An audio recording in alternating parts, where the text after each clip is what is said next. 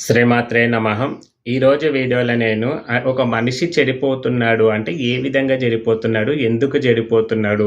అనే దాని గురించి చెప్తానన్నమాట. అయితే ఒక మనిషి చెడిపోవడానికి కారణం అతనంతట అతనే చెడిపోతున్నాడా? లేకపోతే ఎవరన్నా అతన్ని చెడగొడుతున్నారా? అతనికి చెడిపోవాలని ప్రేరేపిస్తున్నారా? నిజానికి చెప్పాలంటే ఒక మనిషి చెడిపోవడానికి కారణం మనమే.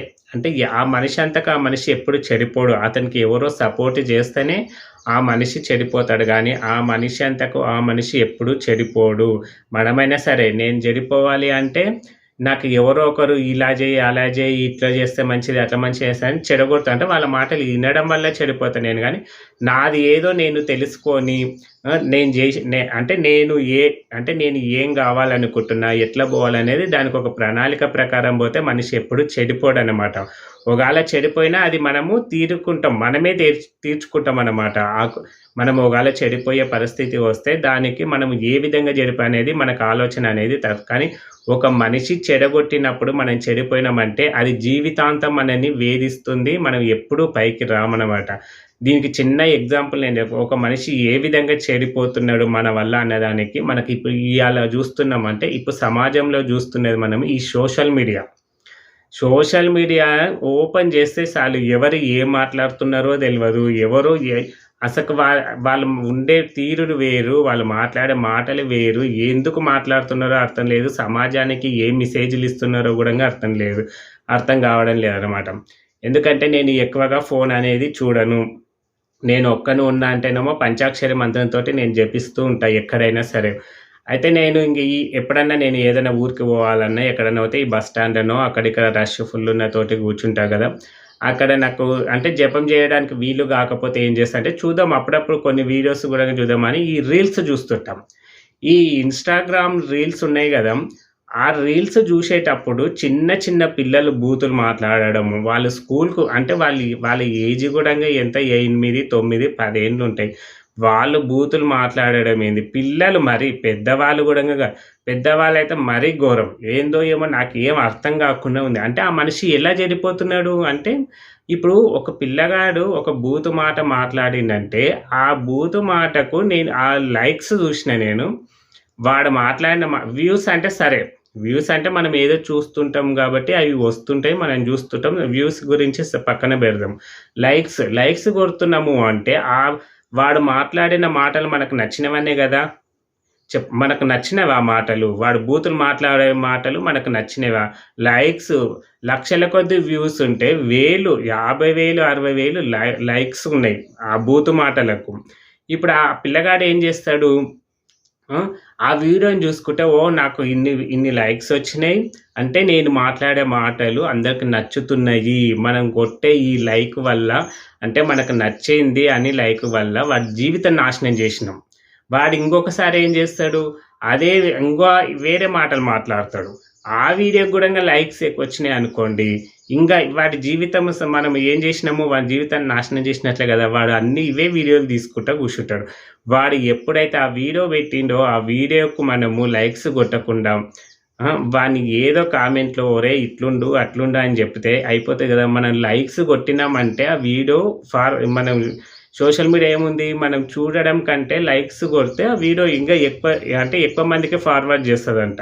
అందుకే ఆ వీడియో ఏమైంది పొయ్యింది. అంతగానం పోయి లైక్స్ అంటే ఆ మనిషి వాడి జీవితం ఏమైంది? మనమే నాశనం చేసినట్లు గదా! వాడికి చదువు పోయింది. చదువుకునేది బుద్ధి అనేది పోయిందింగ. చదువుకుంటే ఏమొస్తది? దీంట్లోనే మంచిగొస్తున్నాయి. ఇంతమంది జూస్తున్నారు, ఇంతమంది నన్ను ఇష్టపడుతున్నారు, ఇంతమంది లైక్ జేస్తున్నారు అని గదా! ఇప్పుడు వాని జీవితాన్ని ఎవరు జెడగొట్టినట్లు? మనం జెడగొట్టినట్లా? వాడంతకు వాడే చెడిపోయినట్లా? వానికి మనం ఎంకరేజ్ చేస్తున్నాం, సపోర్ట్ చేస్తున్నాము అంటే వాడేం చేస్తాడు? వాని జీవితాన్ని నాశనం మనమే చేసినట్లు గదా! ఇదే గాదు చాలామంది నేను ఈ రీల్స్ చూసి నేనే పరేషాన్ అయిపోయాననమాట. ఇక్కడ రండి, అక్కడ రండి, ఇవి కొన్ని మాటలు మాట్లాడలేని మాటలు గూడంగా దాంట్లో ఉన్నాయన్నమాట. కొంతమందేమో ఇప్పుడు జీవితాలు ఎట్లుంటాయంటే నేను ఒక చిన్న ఎగ్జాంపుల్ చెప్తా చూడండి. నేను ఈ మధ్య పోలీస్ స్టేషన్‌కి పోయినానన్నమాట. అయితే ఒక కేసు నుంచి మా ఇంటి కేసు నుంచి పోలీస్ స్టేషన్‌కి పోయినా. అక్కడ ఒక కేసు వచ్చిందనమాట. ఆ కేసు ఏంటిదంటే ఒక అమ్మాయి ఒక అబ్బాయిని ట్రాక్ చేసింది.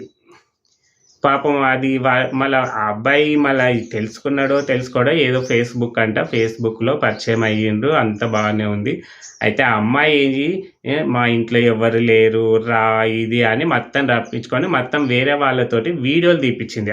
వానికి అనుమానం రాకుండా వీడియోలు వాడు ఎప్పుడొస్తుండడు, ఎప్పుడు పోతుండడు, వీళ్ళు ఎక్కడైనా కలిసినా ఈమె మాత్రం ఈమె ఫోన్‌లో వీడియోలు, ఫోటోలు ఏవి తీయలేదు. వేరే వాళ్ళను పెట్టుకొని వీడియోస్, ఫోటోలు తీసి లాస్ట్‌కు వాని జీవితాన్ని పోలీస్ స్టేషన్ వరకు తెచ్చింది. పాపం వాళ్ళ తల్లిదండ్రులు చాలా అంటే బీదవాళ్ళు వాళ్ళు. అతనెవరో పాపం ఒకటే కొడుకంట. వాడిని బాగా చదివిపిచ్చి వాడు హైదరాబాద్‌లో ఏదో సాఫ్ట్‌వేర్ జాబ్ అంట. ఈమెకేమో ఆల్రెడీ పెండ్లయిందంట. మొగుడు ఇడిచిపెట్టిండంట.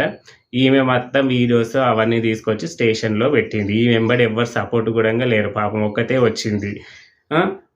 వాళ్ళ తల్లిదండ్రులను అంటే ఆ పిల్లగాని వాళ్ళ తల్లిదండ్రులను జూస్తే ఆ రోజు అసలు ఏం జేస్తారు? ఎందుకు పిల్లలు ఉంటే ఒక బాధ, లేకపోతే ఒక బాధ.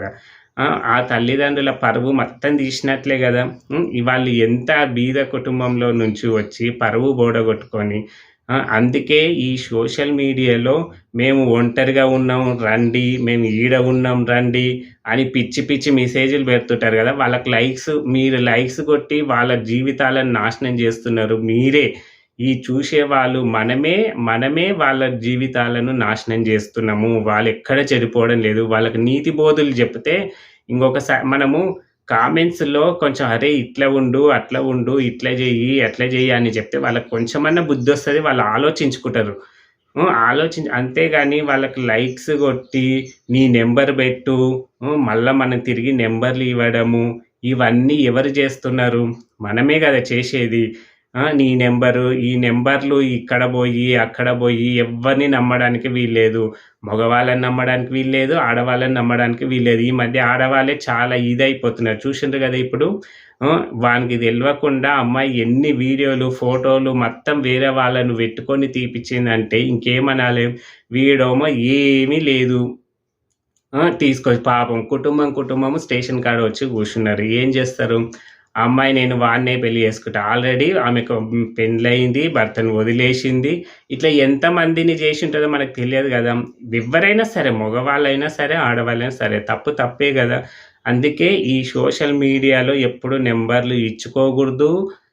మనం ఇవ్వకూడదు. వాళ్ళ నంబర్ తీసుకోకూడదు. ఏదో చూసినామా, వదిలేసినామా అనే విధంగానే ఉండాలే గానీ, ఒకరి జీవితాలను ఎప్పుడు నాశనం చేయకండి. ఎందుకంటే మనమే ఇన్ని రోజులు ఎట్లుండంటే 10 మంది కూర్చొని ఎవరినో ఒకరు మాటలు అనేవాళ్ళు. ఇప్పుడు సోషల్ మీడియా అయిపోయింది. ఇప్పుడు ఒకరికొకరు మాట్లాడతలేరు.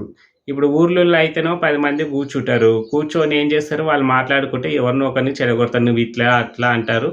అది చెడగొడుతుండ్రు. అప్పుడు మొఖం మీదలే చెడగొడుతుండ్రు. ఇప్పుడు సోషల్ మీడియా ఎవ్వరు కలుసుకోవడం లేదు గదా! సోషల్ మీడియా మనకు బాగా అయిపోయిందనమాట. సో, వానికి లైక్స్ కొట్టాలి, వీనికి లైక్స్ కొట్టాలి. నువ్వు ఇట్లా చేస్తున్నావు, అట్లా చేస్తున్నావు, సూపర్, గీపర్ అని పెడితే అసలు వాళ్ళ జీవితాలు నాశనం చేయడానికి మనమే కారణాలయితున్నాం. దయచేసి ఇలాంటి వాటికి జోలికి పోకూడదు. చూడండి, చూసి మంచేది, చెడు ఏది అనేదే మనం జూసుకోవాలి. మంచుంటే మనకు మంచిగా ఉంటే దాన్ని లైక్ కొట్టొచ్చు గానీ, బూతు మాటలకు లైక్స్ కొట్టడం ఏంది? నేను పొదల్లో ఉన్నారండి, నేను ఇక్కడ ఉన్నా, నేను బస్ స్టాండ్‌లో ఉండారండి. ఏం చేస్తారు పొయ్యి? వాడు పొదల్లో ఉంటే ఆమె పొదల్లో ఉంటే మనకెందుకు? అవన్నీ అవసరమా? ఏం చేస్తారు ఇవన్నీ? మళ్ళా దాంట్లో కామెంట్స్ చూసినా నేను. నీ నంబర్ పెట్టు, నా నంబర్ ఇది, ఈ టైంకి ఫోను చేయి, ఆ టైంకి ఫోను చేయి. ఎవరి జీవితాలు నాశనం చేయడానికి వీళ్ళందరొచ్చేది? ఒక సోషల్ మీడియాలో ఒక పోస్ట్ పెట్టినామంటే అది 10 మందికి ఉపయోగపడాలి.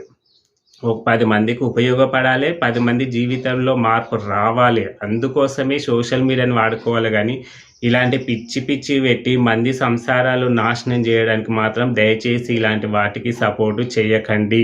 చేసిండ్రంటే వాళ్ళు జేసిన పాపంలో మనం గూడంగా పాలు పంచుకున్నట్లే అన్నమాట. జై శ్రీరామ్.